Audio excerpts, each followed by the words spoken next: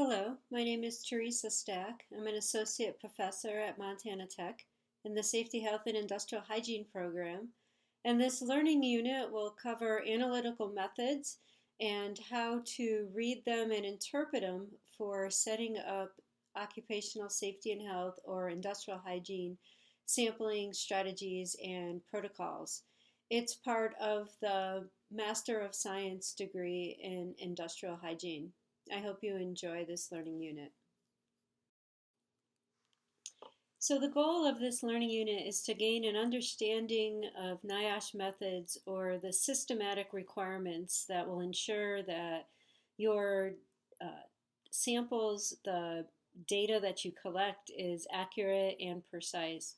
And although there are different methods from the EPA and OSHA and different sources, I'm going to stick specifically with NIOSH analytical methods um, just because they're widely used and simple, I believe, to interpret. So one thing that may help you is if you go ahead to the NIOSH website or to our Moodle site and download an analytical method, one of those examples that I put up there. So for example, for silica or formaldehyde, so you can look at it as we're going through the different material.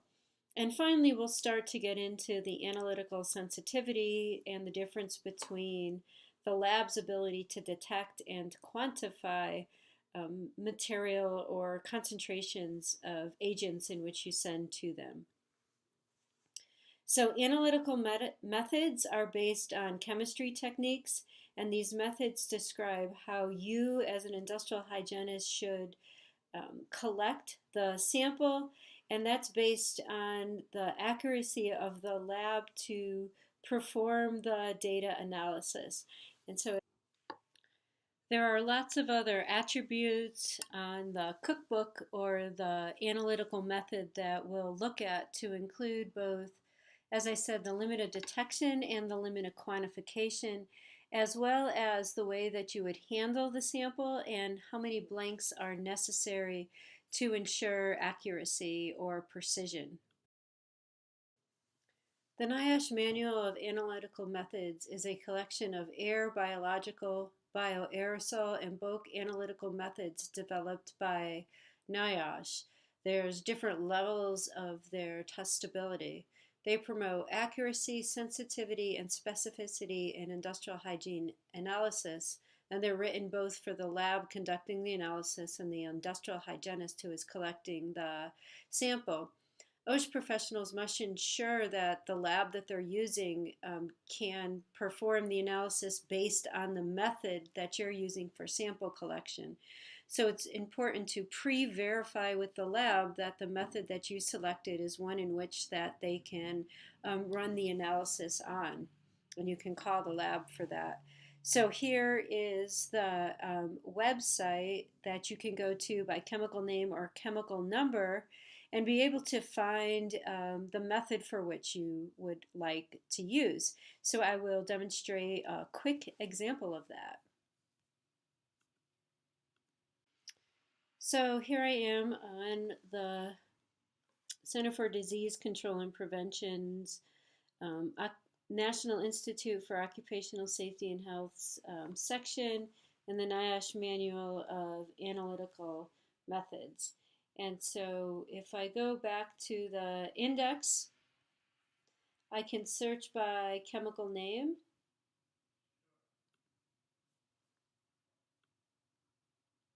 So you see for crystalline silica, there are 1, 2, 3 methods which I can choose to collect my sample. And the method that I choose is based off of how I would like the lab to analyze the results.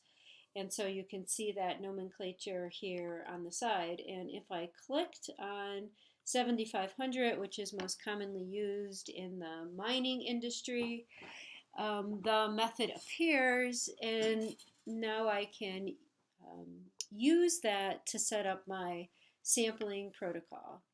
So you can either search by name or if you know the method number, you can search by number or you can search by cast number as well. So if I went into, I knew I was looking for 7500, I can find the same method that way. So when we pull up the method, we can see the name of the agent that we're sampling for, carbon dioxide. We can see the chemical formula and the molecular weight, which we may use if we need to convert back and forth from parts per million to milligrams per meters cubed. You can also see the method number listed there. This is important, the current revision. When's the last time it was revised? So this was revised in 1994. It means that these OELs are accurate at that time. So you need to be careful when you're looking at the OELs that are listed on the method. They may, in fact, be old. This is also another important feature of the method. It's the evaluation method. So that's how confident is Nyhash that the lab, when following this method, can accurately analyze your results, assuming that you followed the method accurately as well. And there's a full evaluation, which means it's been completely evaluated, partial, and unrelated. And so a full method is preferred over the other two, but as chemicals and methods change, you may use a method that hasn't been fully vetted yet. You can also see the chemical properties listed on the top end of our analytical method. We also have the chemical abstract service number that is listed if you need to reference the chemical that way, and the registry of toxic effects of chemicals, that number is listed as well. As we move further down in the method for sampling, this is what's important for the industrial hygienist. They tell us what type of sampling equipment we should use, what the flow rates are, both minimum and maximum, and we'll take a closer look at that because this helps us determine whether the limit of quantification has been met or not. So we don't want to set our flow rate too high or too low. We have to be within the range or at the flow rate for which they tell you. So for example, this does have a range. It says between 0.02 and 0.1 liters per minute can be used. And I'll help you determine or help you give you some tips on how to determine what is the best flow rate. Some methods, so for example, for silica, only have one flow rate. So let's take a look at that example now. So here I've pulled up the method for sampling for silica, crystalline silica. And you can see it tells me that I need my sampler should be a cyclone and a filter. And I can use a nylon cyclone, an HD cyclone, or an aluminum cyclone. And no matter which one of those cyclones that I use, I'll need a 5 micrometer PVC membrane filter to put inside of my filter cassette. And here we have our flow rate is based on what type of cyclone we need. So in our aluminum cyclone, it'll be at 2.5 liters per minute. That's what I'll set my pump to. It'll draw air over that media. Or for a nylon cyclone, I'll set it at 1.7 liters per minute. But I have to be careful how many minutes I run for. If I run too long, I'll collect too much air. So my maximum sample volume that I can collect is only 1,000 liters for this method. And if I run too short of a period of time, I won't pull enough air and I won't pull in 400 liters. And so we'll look at that a little bit more. But I'm just helping you understand the method. It also tells us how many blanks we would have. So here we can take a look at yet another method. This is used to sample for asbestos with the analytical technique being microscopy, transmission electron microscopy, or TEM. And here you can see there's a variable flow rate. from 0.5 liters per minute all the way up to 16 liters per minute. And based on how long we're going to sample for, we need to meet our minimum and our maximum sample volume. We can set our flow rate or our liters per minute. And this also shows again your sampler, which would be a 0.45 to 1.2 micron cellulose ester membrane filter, and that would be placed inside a 25 millimeter diameter. Those cassettes are black and they have a conductive cowl on them, so they create the appropriate type of static electricity.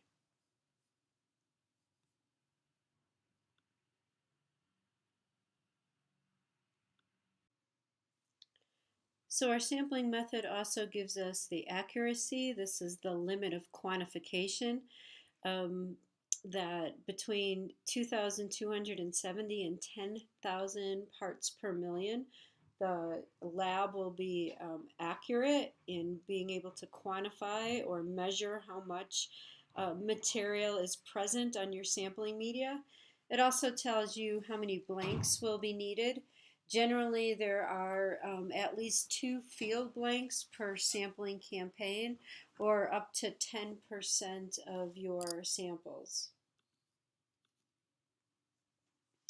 So let's say we were using this sampling method and we wanted to collect 3 samples for the 8-hour shift. And that means 3 samples over the 8-hour shift. We'd sample for 2.5 hours each. So we want to collect multiple points, right? So we're going to go from 8 a.m. to 10:30, 10:30 to 1 to 3, 1 to 3:30, 3:30 to the end of the day, right? We want to have multiple samples over our 8-hour shift. So what should our flow rate be, and what are the complete number of samples that we would need to be able to ensure accuracy? So we definitely would need our 3 samples that we're going to collect plus 2 more, making it 5. And so now let's do a little bit of math to be able to solve for what our flow rate would be. So our flow rate is set between 0.01 and 0.2 liters per minute. And our minimum sample volume is 0.5 liters, and our maximum sample volume is 2.5 liters. And so the question is, what flow rate should we use? Okay, so I have the variables in our sampling protocol set up. For our method, we can run as slow as 0.01 liters per minute or as high as 0.2 liters per minute. We need to pull at least 0.5 liters of air, but no more than 2.5 liters per air per sample, or we're going to be outside the capabilities of the analytical method to accurately detect what is in the air. Because of our sampling protocol, we just chose we'd like to run for 160 minutes. So we'll use our formula Q, which is flow equals volume over time, because that's what liters per minute is. Flow rate equals volume over time. So we don't know what our flow rate is going to be, but we know we need at least 0.5 liters per air pulled over our 160 minutes.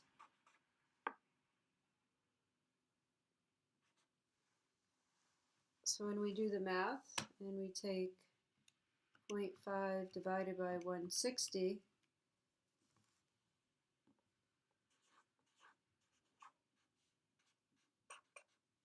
at 0.0031 liters per minute for 160 minutes, we'll pull 0.5 liters of air. This is below our flow rate, so we know we need to be up higher than that.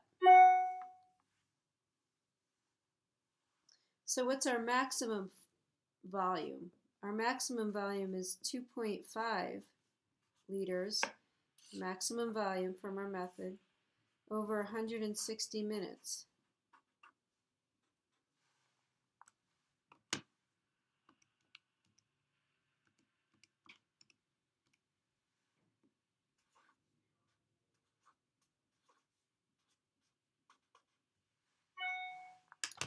So if we set our pump at 0.0156 liters per minute, we run for 160 minutes, we'll pull 2.5 liters of air. 2.5 liters for air is our maximum volume, so we didn't go over our volume. If we pulled our maximum volume, we'll of course pull our minimum volume, and this flow rate is within our method. Therefore, we can sample for 160 minutes and take 3 samples over our 8-hour period. And this is how we used our flow rate, low end and high end, as well as our minimum and maximum volume to figure out what our actual flow rate would be given our sampling time. Now we can look at this in one other way if we'd like to. Look at our problem one more time using to manipulate our variables. Let's say we wanted to run a sample for 480 minutes. Are we able to set our flow rate such that we can do that, that we can run one sample? Well, Q equals V over T, and our maximum sample volume is 2.5 liters for 480 minutes.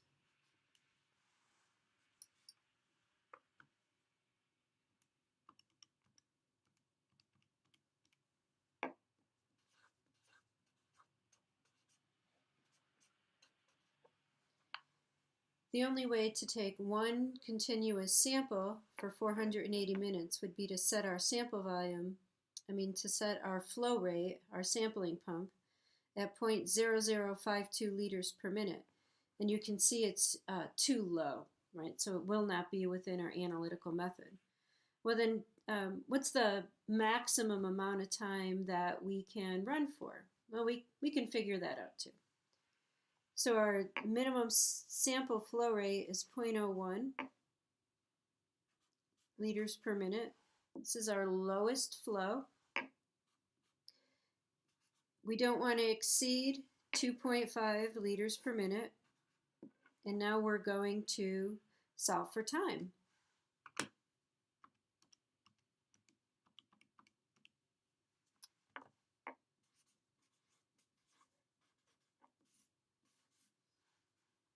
Using the minimum flow rate, if we sample for 250 minutes, we will not exceed our sample volume. Well, what if we want to use our highest flow rate? We want to make sure we have enough material on our filter. Well, we can solve for that too.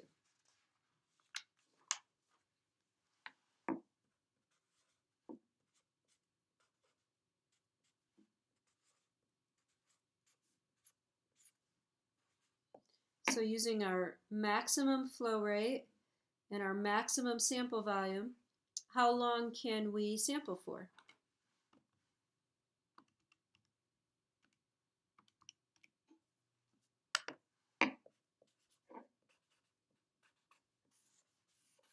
We can sample for 12 minutes. So we need to set up our sampling protocol based on the amount of time that we would like to sample for, the minimum and the maximum flow rate. Make sure we're in between that. And we're within our minimum and our maximum sample volume.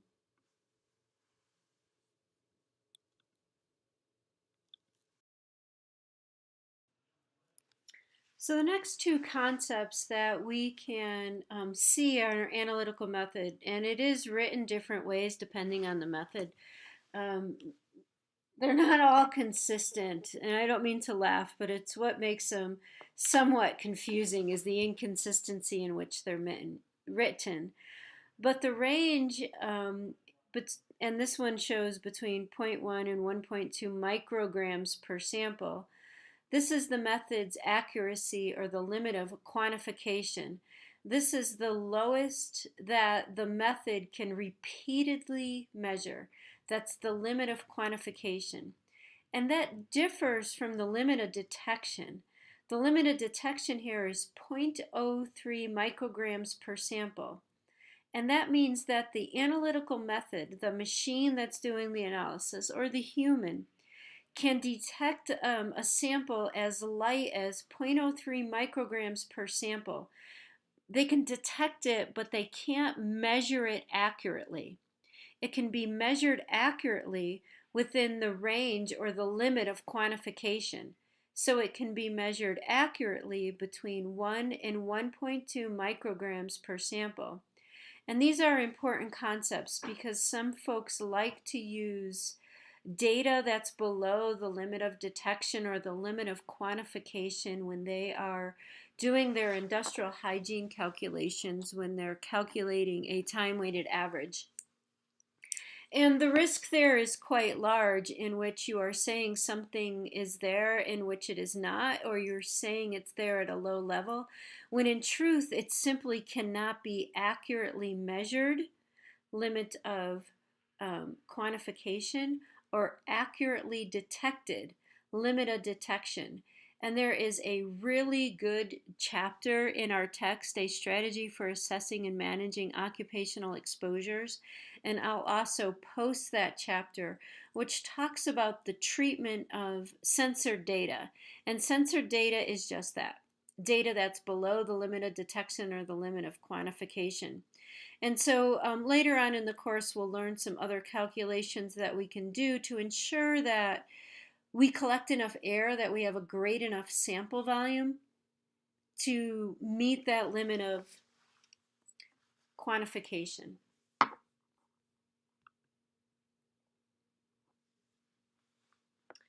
And there are links here that are on the website, and there are links here that are on the slide, and I'll be sure to post those so you can just click on them, because I know you can't click on these links. I'm sorry for that. So here is your definition again of the limit of quantification and the limit of detection. The limit of detection is typically 10 standard deviations from your blank sample, and it is the lowest quantity of a substance that can be reliably measured. The limit of detection, on the other hand, is the lowest quantity of a substance that can be distinguished from your background substance. So we know it's there, but we really can't measure it accurately, and that is the limit of detection. The limit of detection is generally 3 standard deviations away from your blank. And depending on your lab results, limits below the limit of detection are noted as zeros. So we never say in our report that nothing was detected, and we don't say in our reports that nothing was present in the air. We can say that nothing was detected based on our analytical methods, and those are certainly 2 different statements.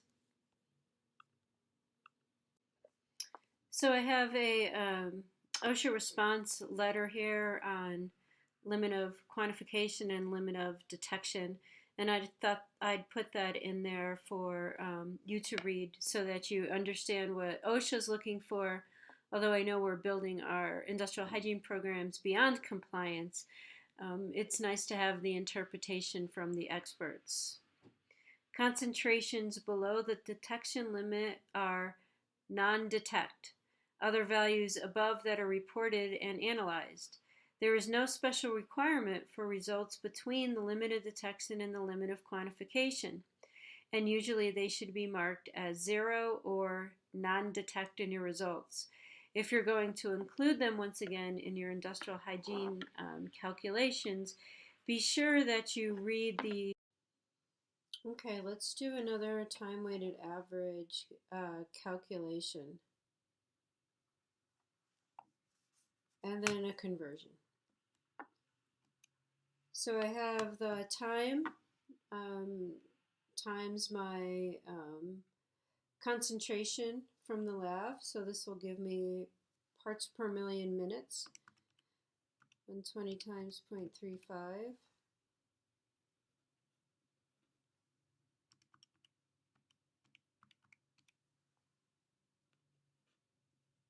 I'm just multiplying.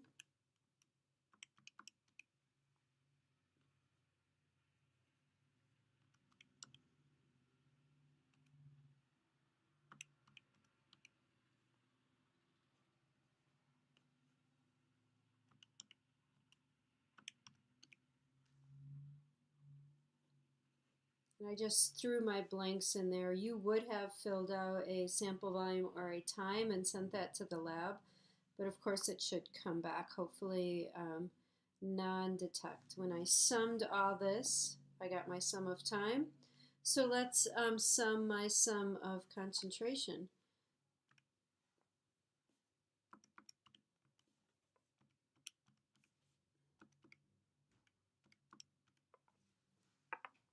So my actual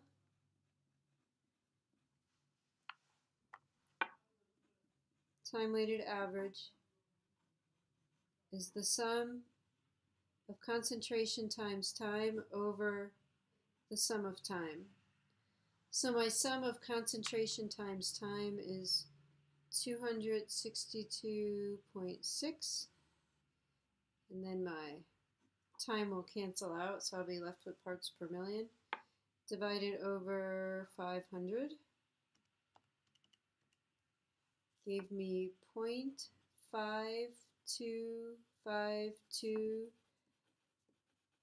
parts per million. And so if I want to convert this into milligrams per meters cubed, I can use our formula. Parts per million equals milligrams per meters cubed, assuming standard temperature and pressure. I can use 24.45 as my constant, and then I got my molecular weight. So I had 0.5252 parts per million equals some value, milligrams per meters cubed, times 24.45 divided by the molecular weight, which I looked up. Now I just need to solve for my unknown variable.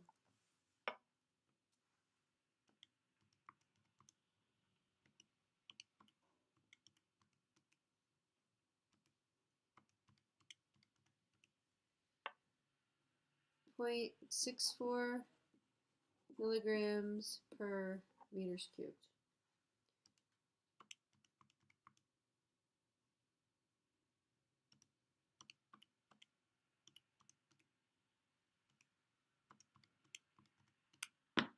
Okay, had to check that one out. So assuming normal temperature and pressure, we're able to convert from parts per million to milligrams per meters cubed. So analytical methods are our cookbook. They must be followed verbatim to ensure we have the minimum error in our sample collection, because there is error built into all that we do. A sampling protocol guards against errors, so we have to have our method understood at first as we're setting up our protocol to ensure that our time periods for which we select to sample for, as well as our flow rates, are accurate. So I pulled up some analytical results so you can take a look at what they look like if you have not seen them before. We sampled and we used one sample but ran two methods on it, which you can do when the methodology of sampling is the same. They just first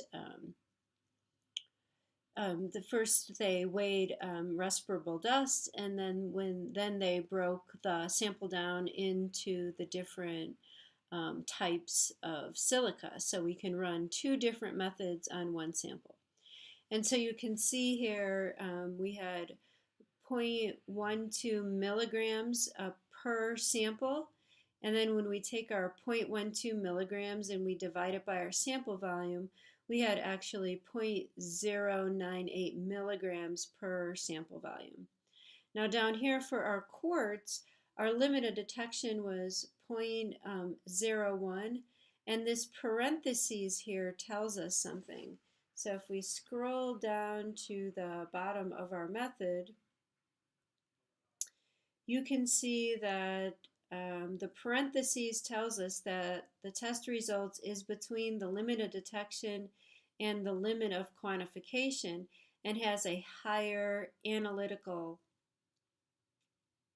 uncertainty associated with it, so that these results should be treated with caution.